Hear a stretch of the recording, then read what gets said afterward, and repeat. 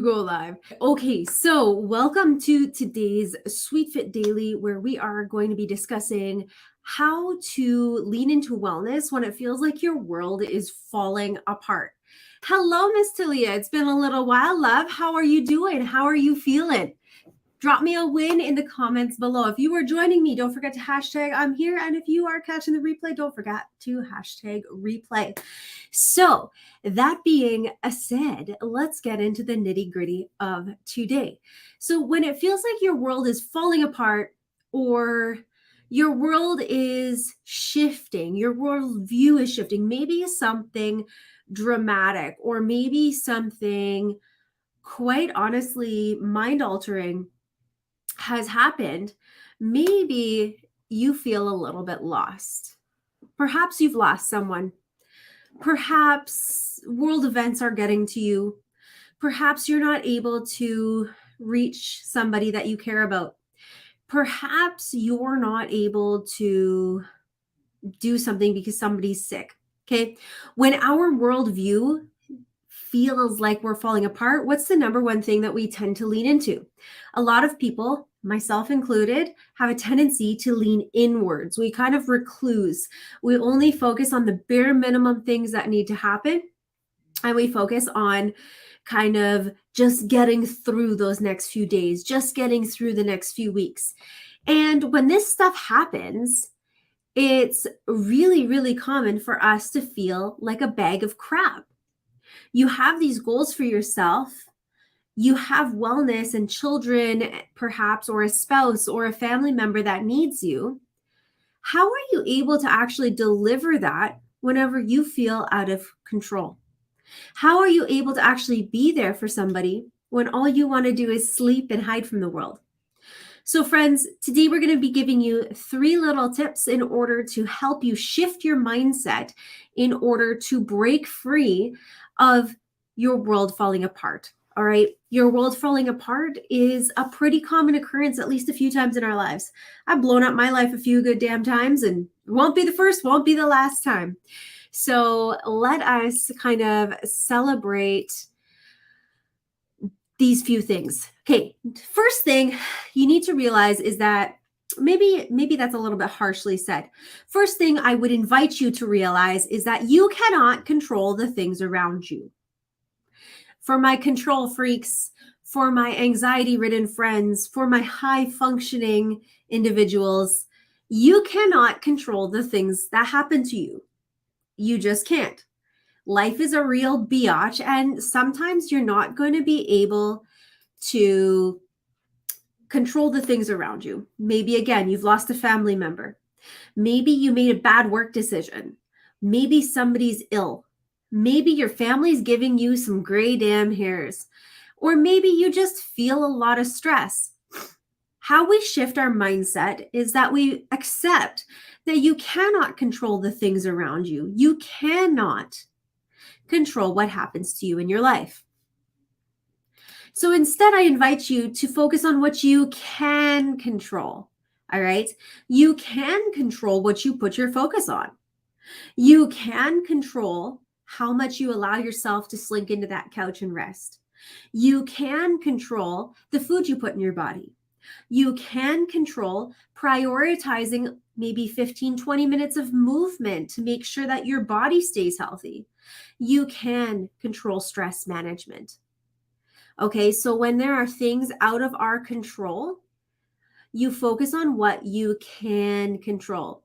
One of my clients is like totally yelling right now. Ms. Brooke is saying you can only control how you react and how you reset your focus. 100%. Thank you for the lovely comments on my hair. I appreciate that. So guys, the second thing that I invite you to really realize is that you can easily throw your health to the wayside by trying to help and trying to be there for everybody else. And I'm using quotations. Why? Because you are not going to be your most effective self if you keep putting yourself by the wayside. There is nothing selfish about taking time and setting healthy boundaries. Okay, so we're going to stay with those quotations. You cannot help And you cannot be there for other people if you are not taking care of yourself first. Okay? So, our solution for this issue is to shift our mindset into realizing that this is not a productive solution. Okay? By consistently being there for others, by consistently showing up for other people, you are doing yourself a disservice and ultimately the people you're trying to help a disservice. Why? It is not productive to slough off your health and wellness in order to help people through something. It is not productive to not eat good food. It is not productive to maybe not move your body a little bit. It is not productive to slough off sleep. It is not productive to allow yourself to get into a very high stress, frenzied, anxious, and unproductive environment. If you slough off your health, this typically happens. And then we have the binge cycles, extreme exhaustion, perhaps new illnesses pop up. And this starts the vicious cycle again. Why? Because you have stopped prioritizing things that keep you grounded and things that keep your health in line, guys.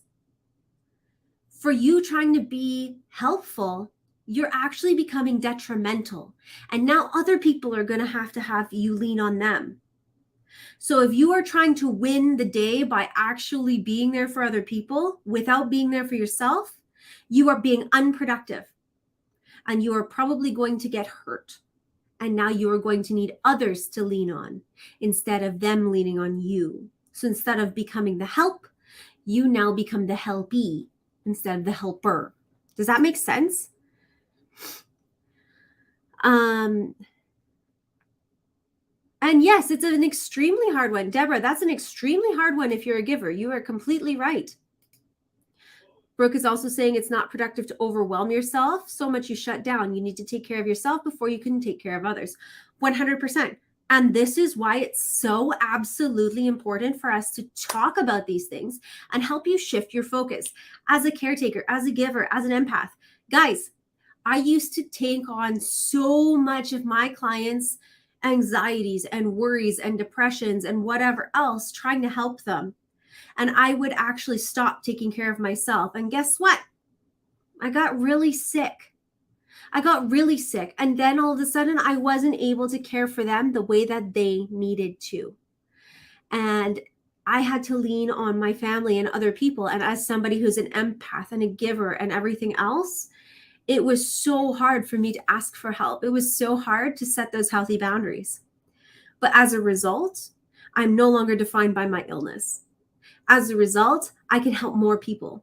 And as a result, I keep balance in my life instead of going balls to the wall, one or the other. A really great story is I had a client have a parent pass away. And instead of recluding like she wanted to, she actually reached out and we got her taking control of her exact situations the way that I'm telling you guys here. And as a result, she's now leaps and bounds ahead of where she needed to be. She was able to process her grief better. She was able to still be there for her children. And she was able to come out of it really quickly and really strongly. I had another client also lose a parent recently. And same thing, leaning into your wellness actually allowed them to process things a lot faster and healthier and give them something to focus on outside of their feelings of sadness. They're not over. Grief affects everybody differently, but these are stories that you can lean on to pull inspiration, okay? It's actually a pretty common thing. Whenever I have somebody who loses someone, it's actually almost more imperative that that person focuses on just little things like water and sleep and food. And this can help pull them out of whatever funk they're in or grief they're in. Maybe not pull them out of, but allow them tools to manage that sadness and grief and stress in a much more productive way. Okay. The third concept I want to bring to your attention is that if you're running on E, if you're running on empty, what good does it do anyone? If you're running on E and trying to help other people, what good are you going to do if you're if you're exhausted, you're empty, and you have nothing to give? It's going to do no one any good. So the solution for this problem is refusing to allow ourselves to run on E and realizing that self-care is going to help you to avoid running on empty and avoid that exhaustion. You know, practicing what we call graciousness, or practicing,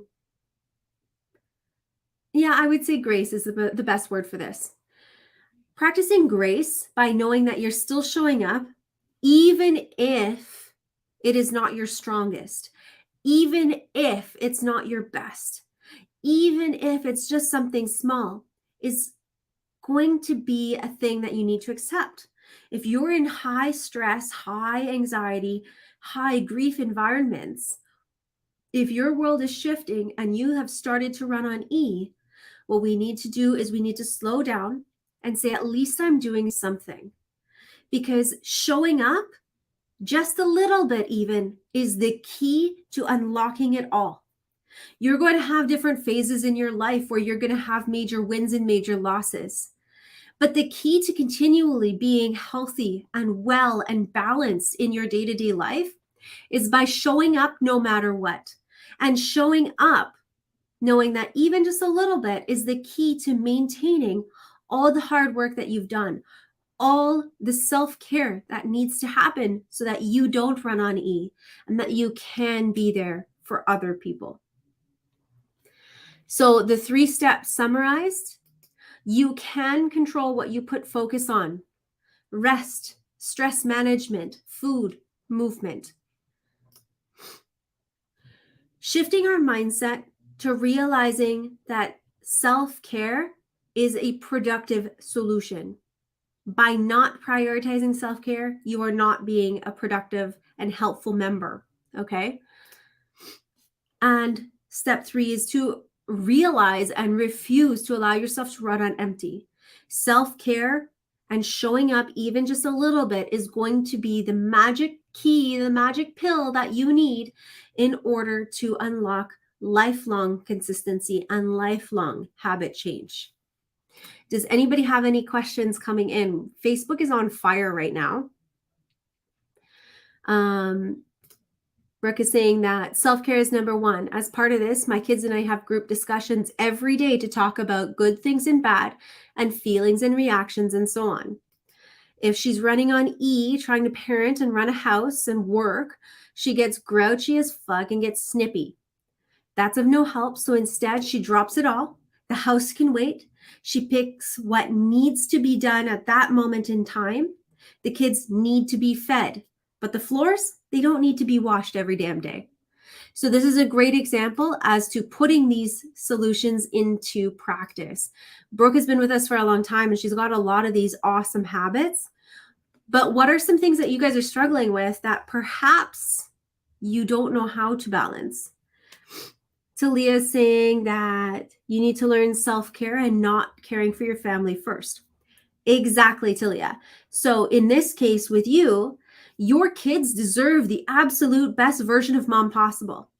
And if you are continually putting their needs above yours, you're going to run on E. You're going to run on perhaps a shorter temper. You're going to be more impatient. And perhaps you're not going to have the energy to play with them the way that you want to. So by spending half an hour or 45 minutes a day on yourself, you can now become that parent that they deserve and that you want to be. You can become that parent who is patient and wants to play because they deserve that version of you and you deserve to feel that version of yourself. Guys, if you're struggling with any of these comments, I want you to reach out to me because there's a lot of small, minute details that we can talk about here. But just know that I don't care what walk of life you come from, you deserve health, wellness, and happiness. And if you have a condition, it does not define you. We learn to live with it and not let it live for us. Okay? Example, I have Hashimoto's disease. For the last 4 months, I've been playing the delicate dance of, do I let it control me or do I live with it? And some days it wins the battle. It's still a battle. Some days it wins. Most days I win. So we're learning to live with these things. Last comment coming in is Brooke saying that's why she now does her trainings in the morning so that she's not trying to cram workouts and parenting into one. She gets the time while they sleep to journal and meditate and set the tones for the day. And her kids deserve a balanced mama. So these are all really beautiful concepts, guys. And I appreciate you for joining in and staying. If you want to see more of this kind of stuff, I've got shit tons of it coming your way this week. I'm super excited. Much love and much respect to you all. Have a kick-ass rest of your day.